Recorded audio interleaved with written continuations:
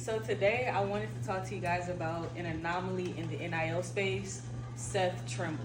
What makes him an anomaly is instead of Seth just getting a regular brand deal where he takes cash up front for a Ben and Jerry's, he actually negotiated equity so that he now owns Ben and Jerry's, and he is the youngest at 21 years old to do that.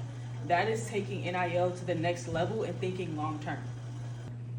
So why this is important is because athletes don't understand that it is a very, very small percentage of athletes that are going to make life-changing NIL money. The rest of everybody else has to understand that if you're not thinking long-term, you're going to end up either being broke or being used by your sport and not actually using your sport. And if you don't go pro, then honestly, you just wasted a whole lot of time where you could have been building a brand that turns into a business that outlasts your playing days.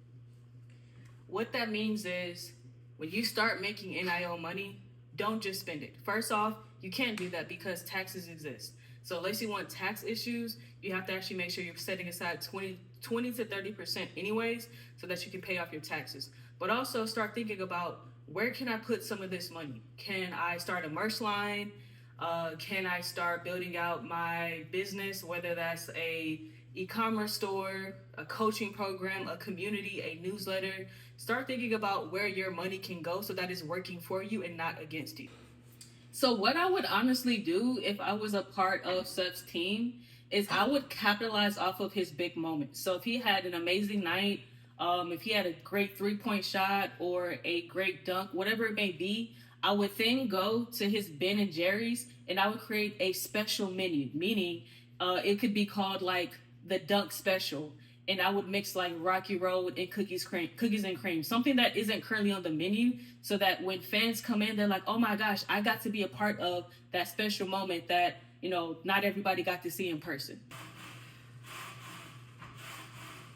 So how you as an athlete can do something similar, whether you're in baseball, softball, track and field, whatever it may be, is you can actually print off images of those special moments on your shirt so that your fans, your family, whoever it may be that's supporting you feels like they're a part of those moments, which honestly creates more fan loyalty.